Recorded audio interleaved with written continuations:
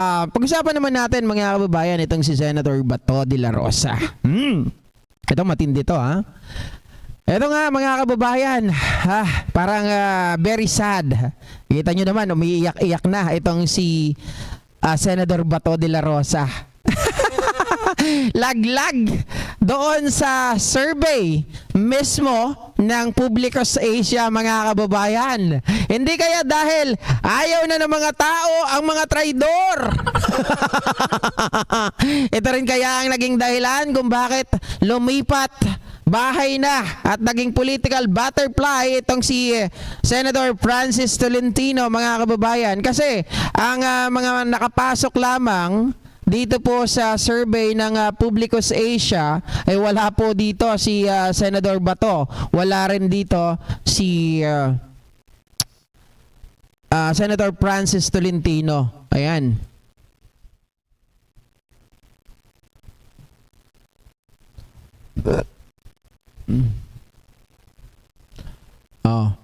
So si Doc nangunguna si Doc Willie Ong, Erwin Tulpo, nandito pa rin si Duterte. Diyos mio naman. Ay nako, si Lacson, Tito Soto, Bongo, aba, may kababayan. Matindi si Bongo, kumakapit ha. Dito si Isko Moreno, si Lenny Robredo, si Amy Marcos. Naku, ba't nasa number 9 pa to? Si Kiko Pangilinan, si Pia Cayetano at syempre si Gibo Teodoro. Alam nyo mga ka-GP, ito ang gusto ko, sana tumakbo talaga si Gibo Teodoro bilang senador. Para maging ano siya. 'Di ba kasi magaling talaga si Gibo. Ang kulang kasi dito yung pagiging walang dating sa tao. Hindi siya kilala. Sa totoo lang. So dapat talaga dumaan muna siya sa pagiging senador bago ulit magpresidente na tumakbo. Pero may iba tayo ha. Mga kababayan, etong si Bato de la Rosa, nagtataka kayo, wala na dito sa kanilang survey. Publicus Asia, alam nyo naman na ito ay hawak po ni Malutikia. 'Di ba? Pero bakit wala dito si Francis Tolentino, wala si Bato de la Rosa?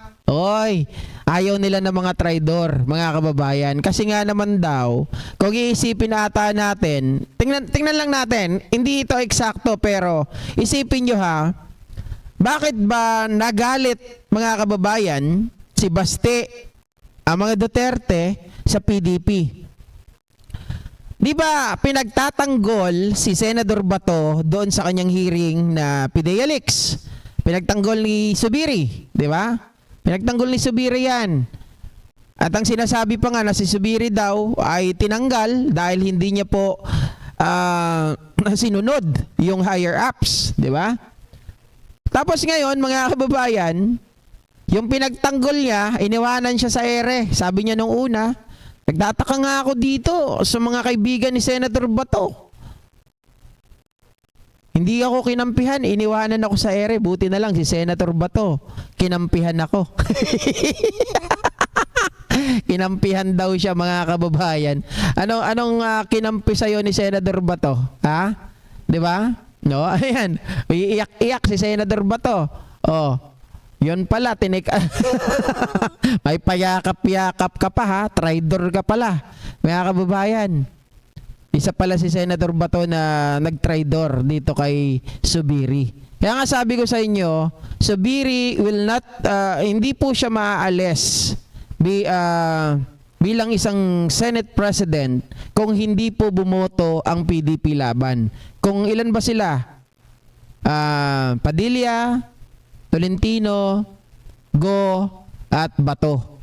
So minus 4 dapat yon mga kababayan. 13 ang kailangan nila. So hindi nila matatanggal itong si Subiri kung pinagtanggol o kaya dapat ay kumampi pa rin itong mga ito.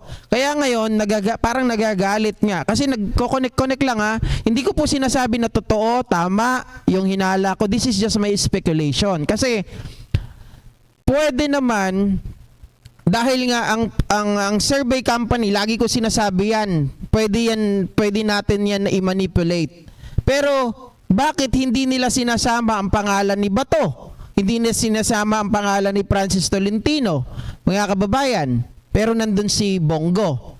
Ngayon, ang nakikita ko dyan, hindi kaya si Francis Tolentino dahil galit na sila doon, dahil ito ay aalis na nga sa kabilang bakod na kaya ayaw nilang ipasama, o hindi kaya naman ang dahilan kung bakit hindi kumbaga kaya lumipat ng bakod itong si Francis Tolentino dahil gusto niya na matuloy ang kanyang karir.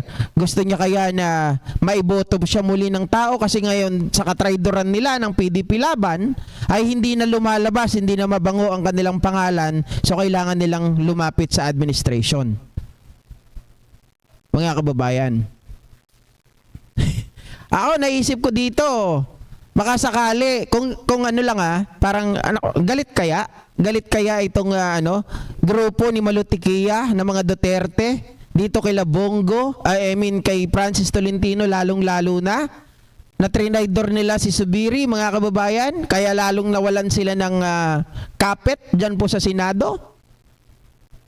Pero palagay ko, yung katraidoran talaga ang inayawan ng tao.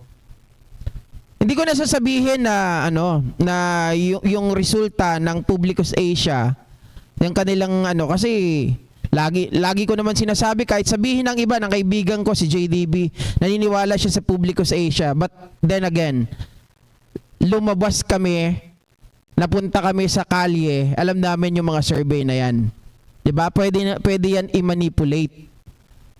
Pero mga kababayan, sa pamamagitan niyan, okay din yung pinapakita nila, 'di ba? Kung sila ay talagang ayaw nilang masira yung kanilang reputasyon, at ito talaga yung resulta ng survey, then good. But bad para kay Senator Bato, 'di ba? Bad para kay Senator Tolentino. At ang dahilan niyan, talagang ang pinupunta ko yung kanilang katraidoran. Dahil yung kanilang kabubuhan, lalong-lalo na ipinakita ni Senator Bato na talagang wala siyang pagmamahal sa mga Pilipino, wala siyang pinagmamahal sa taong bayan, kung hindi ang mahal niya lamang ay yung kanyang mga boss. 'Di ba? Si Duterte. Kaya niya pinagbigyan si Morales. Biruin mo isang senador tatanga-tanga, naniwala sa puncher hole. 'Di ba? Ay, thank you so much, Mama Bear, sa pag-share po ng blessings. Sabi ni Frederick Bungabong, Boss Kago, magandang gabi po. Naimbag nga rabi, sir. At mobile, Bato will still be dominant because most of the vote will be coming from Visayas and Mindanao. Oh, what? I don't think so, mga kababayan, that Bato will still be dominant. Tandaan ninyo, wala nang Duterte magic.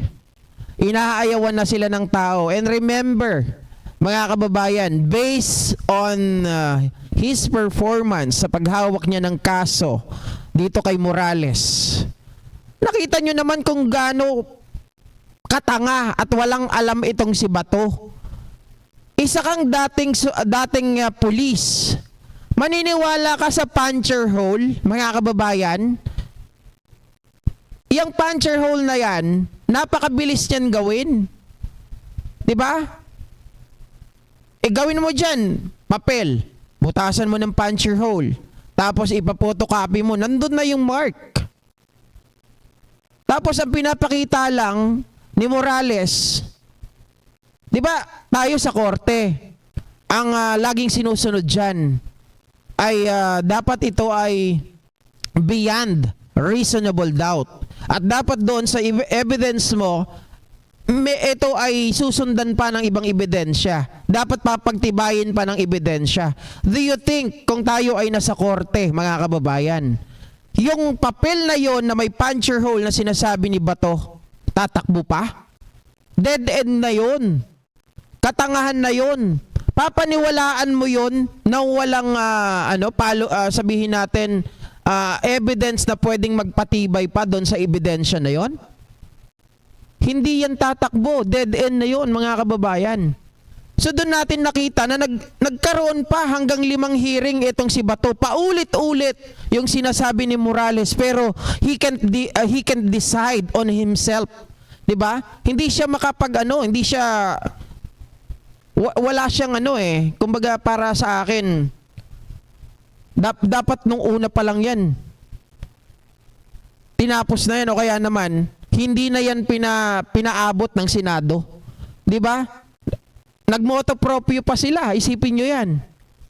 Pero itong si Bato, nung panahon na siya ay iimbestagahan sa Congress, sabi niya, wala silang rules and regulation. Tapos nagpatawag na sila kaagad ng hearing tungkol sa extrajudicial killing. Hoy, look who's talking. Diba? Doon sa committee mo, nagmotopropyo kayo, mga kababayan. Agad-agad, nang wala pa kayong resolution, nang wala pa kayong rules and regulation na ginagawa. So therefore, makikita natin, tanga talaga. Makikita natin, walang alam. Diba? Nakilala lang naman tayo itong si Bato because of Duterte. Aminin nyo, binoto nyo to nung 2019 because of Duterte kasi nung panahon na yon, tatanga-tanga pa tayo. Nung panahon na yon, uto-uto pa tayo. Diba? Meron tol, basta may confidential funds, may Duterte. Mama Bear watching from Sweden. Okay, thank you so much Mama Bear sa pag-share ng blessings. At syempre, babatiin ko rin ang aking kaibigan, Furious Protector. Good evening po sa lahat. God bless. Sabi ni Carlos Mika, good evening watching from Tokyo, Japan. Ang daming mga taga-Japan dito, California, 'di ba? Yung mga nasa UK ko konti lang, nasa Europe.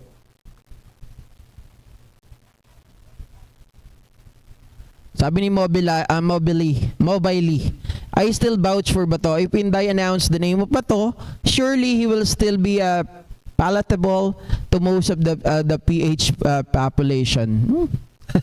Okay lang, Mobily, wala namang problema. Kung talagang si Bato ang trip mo, 'di ba?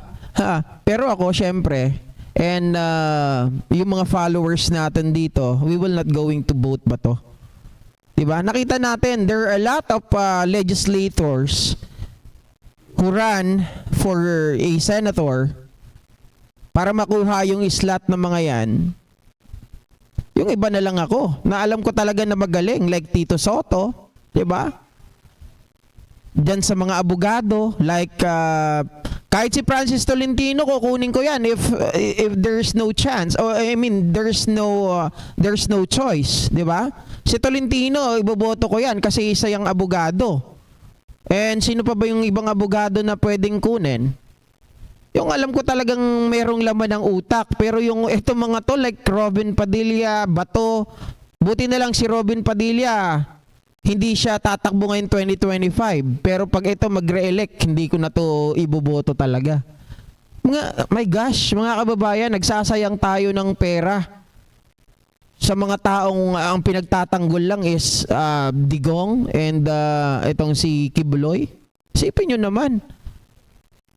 Binoto natin sila para sa atin, magsilbi sa bayan, magsilbi sa atin. Hindi natin sila binoto para pagtaksila ng taong bayan at ipagtanggol si Digong at itong si Kibuloy. Mga kababayan, di sana nagtayo na lang sila ng Digong Nation, Kibuloy Nation, umalis na sila sa Pilipinas, di ba?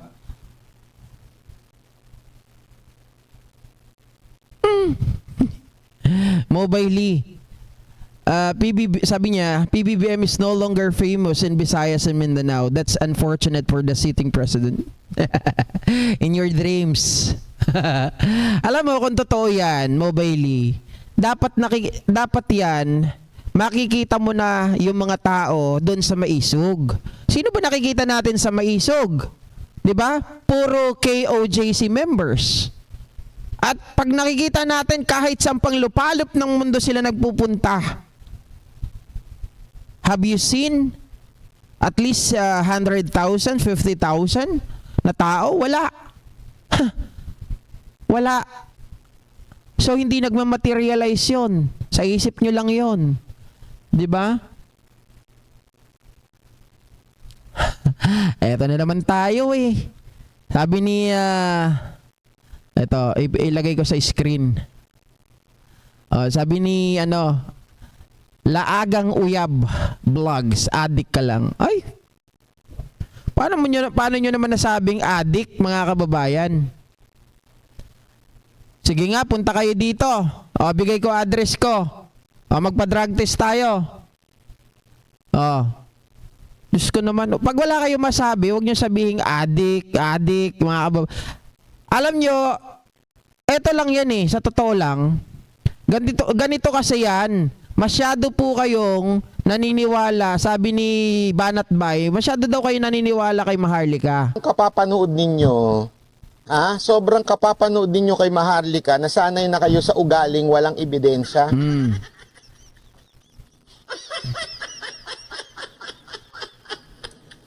I'm warning you, makinig kayo mga vlogger.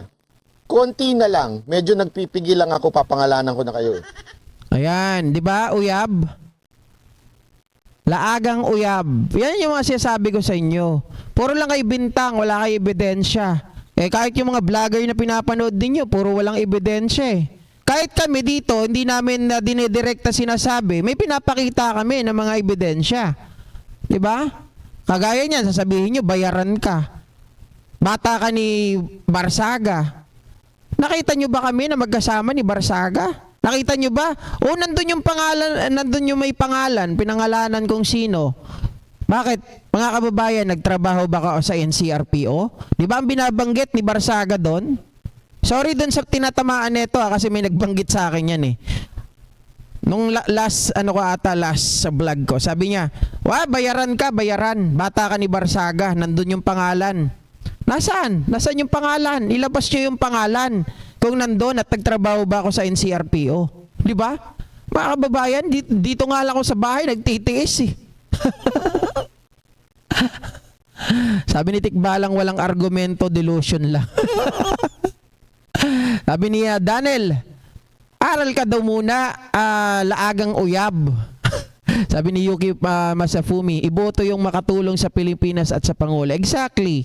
Mga kababayan, kasi kung gusto nyo po na maging maunlad ang Pilipinas, gusto nyong umangat ang ating ranking o sabihin makilala muli ang Pilipinas ng ibang bansa at ipagmalaki, iboto po natin yung mga katulong.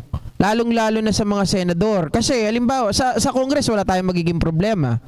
Pag nakapagpasala sila ng mga priority bills, itatapon yan sa Senado. Paano itong mga Senado na to pag kontrapelo? Mga kababayan, wala na. Matitenga na naman yung mga priority bills ng ating Pangulo. So walang pag-angat kasi hilahan pababa. 'Di ba? Dapat etong mga senador na to, gayahin nyo yung Makabayan Black. Sinasabi nyo, Makabayan Black, sila ay member ng NPA, makakaliwang grupo. Pero kung pagmamasdan nyo ang Makabayan Black, mga kababayan, tuwing sila ay magsasalita kontra, pero lagi silang constructive. Meron silang nakaabang na remedyo sa mga bagay-bagay that you could actually use. 'Di ba? Pag-isipan mo lang kung paano mo isusuot, isasaksak para magamit. Meron silang ganon. Dito sa mga senador na anti-PBBM, mga kababayan, alam mo na agad. From the beginning, di ka pa nagsasalita, ayaw na agad. Kontra agad.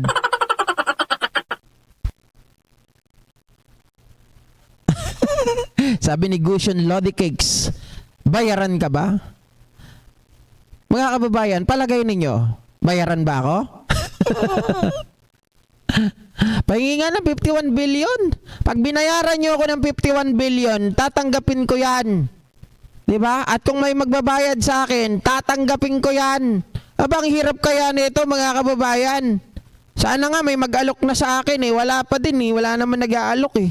Pero okay lang. Kasi binabayaran naman ako ni YouTube. Binabayaran din ako ni Facebook. Awa ng Diyos. Sumasahod na naman kay Facebook nakaraan. May $100 ako. Oo, di 5,000 yan. Pambayad na rin ng kuryente at internet. Diba?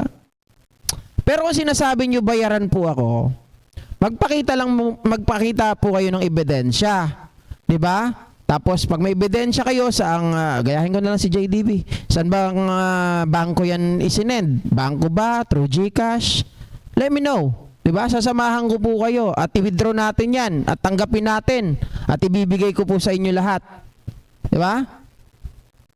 Kasi ang perang hindi ko pinaghirapan, ayaw ko niyan.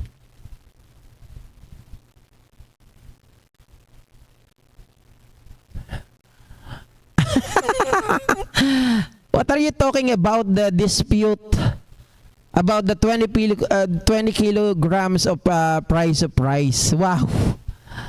Nako, maka-Hari Roque din ba kayo?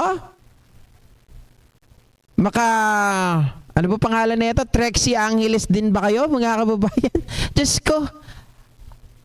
Siguro naman nakakaintindi kayo ng Tagalog. You know the difference of pangako and pangarap. 'Di ba? Yes, pare sila ng letter P, pero magkaiba po sila ng ibig sabihin. Pangako is something that ito ay promise sa'yo, 'di ba? Ang pangarap, mga kababayan, ito ay pangarap na gusto mong mangyari. 'Di ba? Gusto mong mangyari. Ang pangako, ito prinamis sa'yo na ibibigay, yun, magkaiba. Ang layo. Sabi ni Titigas, 125 million muna. At Ruel, 1989, nasa DPWH yung 51 billion, hingi ka doon. nasa DPWH, 51 billion. Mga kababayan. Pero anong nangyari? Nako naman, 51 billion, hanggang ngayon baha pa rin ng Davao. Sabi ni Sibelia Agapito, mga bitter lang yan, mga JNK. Mga ampalaya, sarap lagyan ng itlog at kamatis sabay gisa.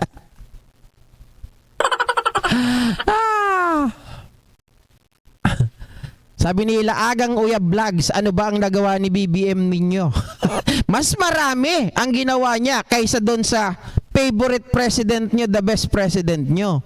Diba? Walang ginawa kung hindi pumatay, walang ginawa kung hindi magnakaw, walang ginawa kung hindi mangako, puro napako, puro kalibugan. Oh.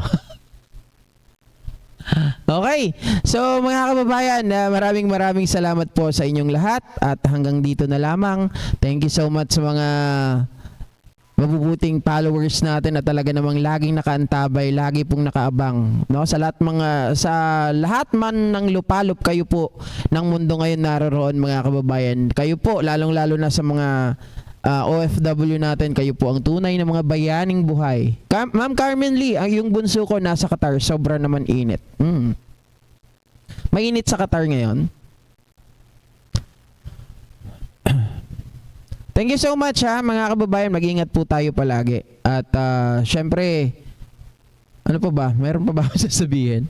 Basta yun lang lagi kong sasabihin, mag-ingat po kayo at maraming salamat. Magdasal lamang tayo at sa mga nagbabalak ng masama laban sa Pangulo natin, mag-isip na lang po kayo ng makakatulong sa bansa natin. Huwag na kayong kumontra. 'Di ba? Kung meron kung kontra kayo, okay lang. Basta maging constructive kayo. Pero wag naman yung magpapakabobo kayo na wala kayong sinasabi kung hindi bayaran, adik.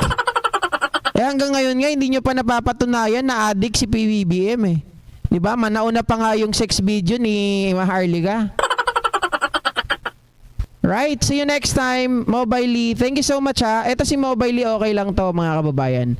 Mobile Lee, ano ka dito open ka dito. Even na ikaw ay in the opposite side, open lang dito. Wag lang magmurahan. Okay lang sa akin yan, walang problema. Okay? Gumagamit ako ng pulburon? How do you know? CCTV ka ba? Kasama ba kita araw-araw? Minuto? Gumagamit ng pulburon. Diyos mio, Marimar. Mga kababayan, pulburon. Cocaine? Nakaw, pang mayaman lang yon, wala akong pera. Nakaw, isip-isip, Thank you so much once again. Have a good day. Bye-bye.